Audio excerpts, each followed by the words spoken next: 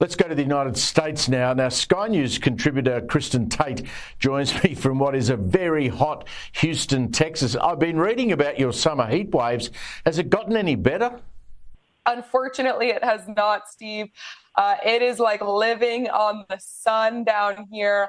And of course, you have leftists in the United States piling on, saying this is all because of global warming and we need to elect more Democrats in order to fight the terrible sun monster. But no, it has not gotten any better. It's still very hot here. Whatever happened to global warming? It's now, of course, called climate change. We'll get to Joe Biden in a moment. But first, you and I spoke last time about the leaky border in Texas. It's now not gotten any better as far as I can see. Is that right? 91,000 migrants have been arrested in just 1 month crossing the border, Kristin. That's right. And I want to remind the viewers out there, that's just the people getting caught. There are probably thousands more coming across that are evading law enforcement. This is unlike anything we've ever seen. And, back in the Obama days, they used to consider just 1,000 or 2,000 migrants a day as being, a crisis level. We are way beyond that now. Before we went on air, I was reading an article that said just last month, 1.2 million U.S.-born workers lost their jobs last month to, some 500,000 illegal immigrants or immigrants of any kind. I mean, this is just having so many impacts. Of course, we think of the drugs that are coming across the border, the crime, but we have to remember people's jobs, American jobs are being lost because of this as well. And of course, it's changing the country culturally. I have friends all over the place in Texas whose children are in the public school systems. They tell me that large percentages of these schools now are non-English speaking students at this point. It has gotten completely crazy. And soon, Steve, every U.S. city will be a border town. It's not just going to be Texas anymore because these migrants, they're making their way north, and this is going to impact the entire United States. I can only imagine there'd be a large number of Americans now that are bordering on resentment of these people coming into your country.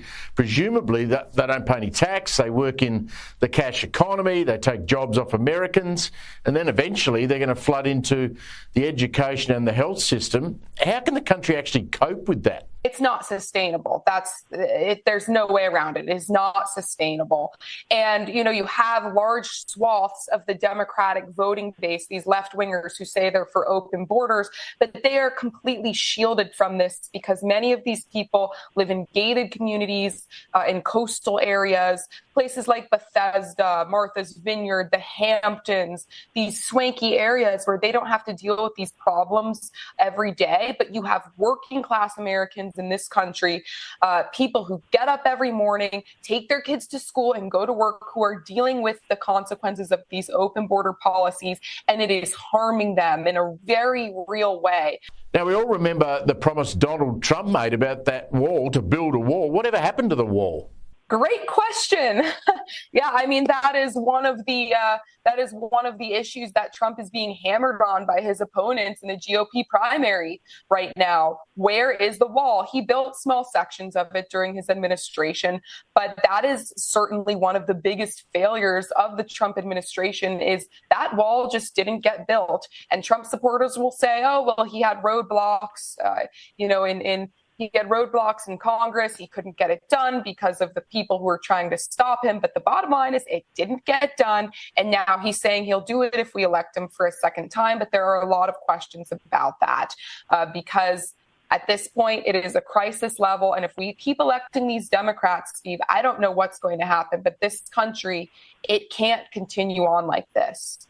Thank God Australia, by the way, is an island. That's one of our great advantages. Now, talking about the presidential campaign and the 2024 race, I understand the author of a new biography on President Joe Biden says he would not be surprised, that's the author, if the president drops out, maybe even by the end of this year, out of the race and resigns the presidency. What's your understanding about what Joe Biden might do ahead of 2024?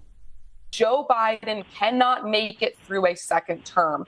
He can barely get through this first term. His supporters and the people around him are nervous every time he speaks in public, every time he falls up the stairs going on to Air Force One, every time he does campaign events. He is declining rapidly at this point. So the Democrats are in panic mode. They want to replace him. Of course, they can't do it right now because that would make him the lamest of all lame duck presidents. So what I suspect is very likely is he will remain the figurehead, the nominee, whatever, until about New Year's, maybe early spring. And then they will quietly, usher him out, and we'll probably end up with someone like Gavin Newsom, or maybe even Bernie Sanders. Who knows at this point? But yes, there's a very significant chance that he will leave and will not be the nominee. Just imagine if you and I were on a board for, say, any company, and the chairman was of the mental capacity that it appears Joe Biden's currently is. I mean, it'd take 5 seconds for you and me to have a meeting and say, OK, guys, it's time to get rid of him.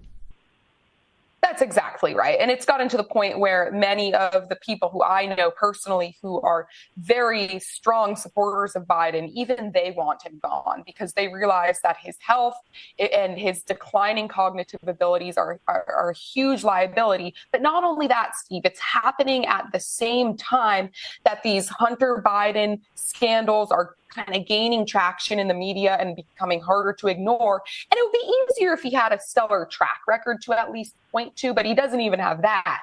The economy is kind of in shambles. You got inflation continuing. The border is wide open. So it's really a perfect storm for Democrats. It's a major disaster for them.